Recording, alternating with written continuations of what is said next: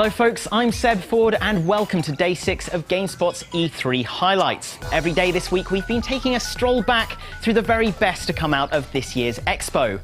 And what an Expo it was. We had 2 new consoles, a stack of new games and the dawning of console generation 8.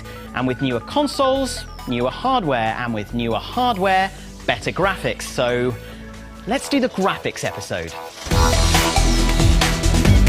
Now, even before this year's show kicked off, we were given plenty of heads up from Microsoft and Sony about the magical cogs that would be driving their respective machines. Both the Xbox One and PlayStation run on an x86 architecture powered with AMD Radeon graphical tech. Both are sporting 8 gigs of RAM, though the PS4's is slightly faster. Sony is using OpenGL, Microsoft have DirectX and cloud processing. Both have a display output up to 4K.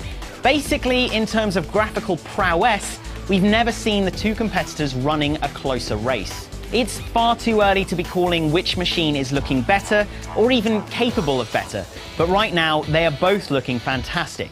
So let's kick things off with a classic, Battlefield 4 on Xbox One. We will start over. Battlefield. It will happen, I promise. Second Assault. Okay. We're continuing? Here we go. No. Battlefield. Yes, one of gaming's most iconic shooters is finally looking incredible on consoles too. Recently, the series has spanned an enormous graphical trench between console and PC. But this right here is looking hot. It'll be coming out for PS4 as well, and expect it to look just as good. Jumping over to PlayStation 4, we've got Killzone Shadowfall. Now, cast your mind back to E3 2005, where the first trailer for Killzone 2 was demoed on the newly announced PS3. We were like, that footage is bull. And actually, we were right. But then the game came out, and wouldn't you know it, it blew our little graphical socks off anyway. Developer Guerrilla Games knows a thing or two about making a good-looking shooter, and Shadowfall is looking incredible. Sadly, it won't be running faster than 30 frames, but with a game as gorgeous as this, I doubt you'll even notice. A PS4 exclusive, and you can pick it up at the console launch. Up next, we've got Tom Clancy's The Division, which caught everyone completely off guard.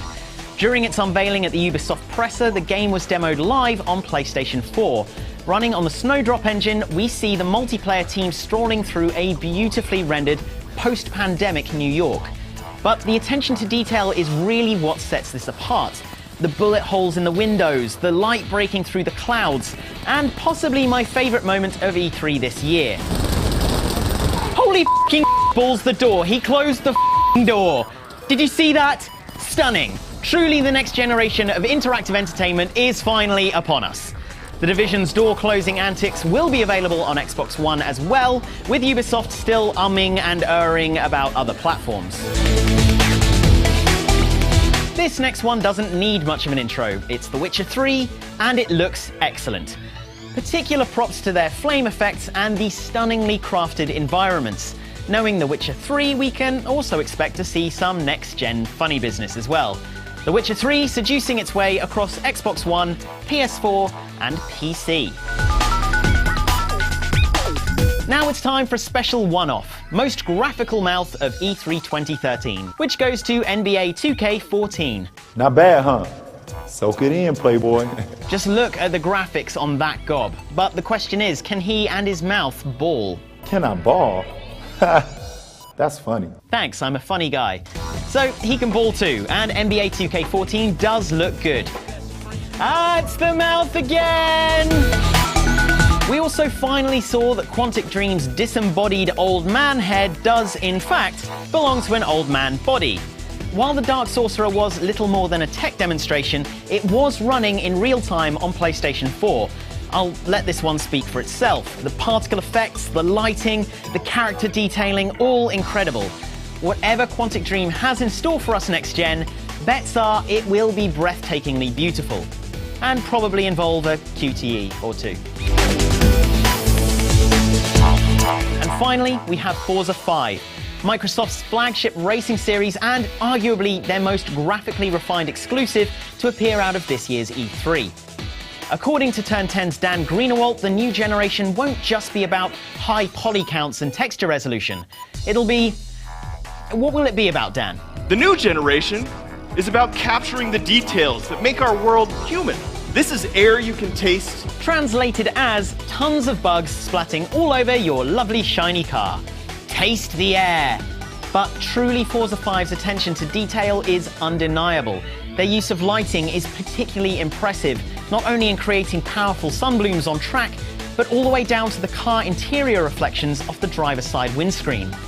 If you're planning on picking up an Xbox One at launch, you and your drivatar could do much worse than throw in a copy of Forza 5 with your order. There are tons of games that we haven't mentioned that are already looking fantastic. Metal Gear Solid 5, Titanfall, and Watch Dogs, just to name 3. But from your perspective, what game looked the most graphically impressive at E3 this year? Or are you with Dan Greenawalt from Turn 10, and is it all about attention to detail? Taste the air. Anyway, leave us a comment below, and don't forget to check in with all of our highlights coverage so far. We've got one more to go tomorrow. We'll see you then.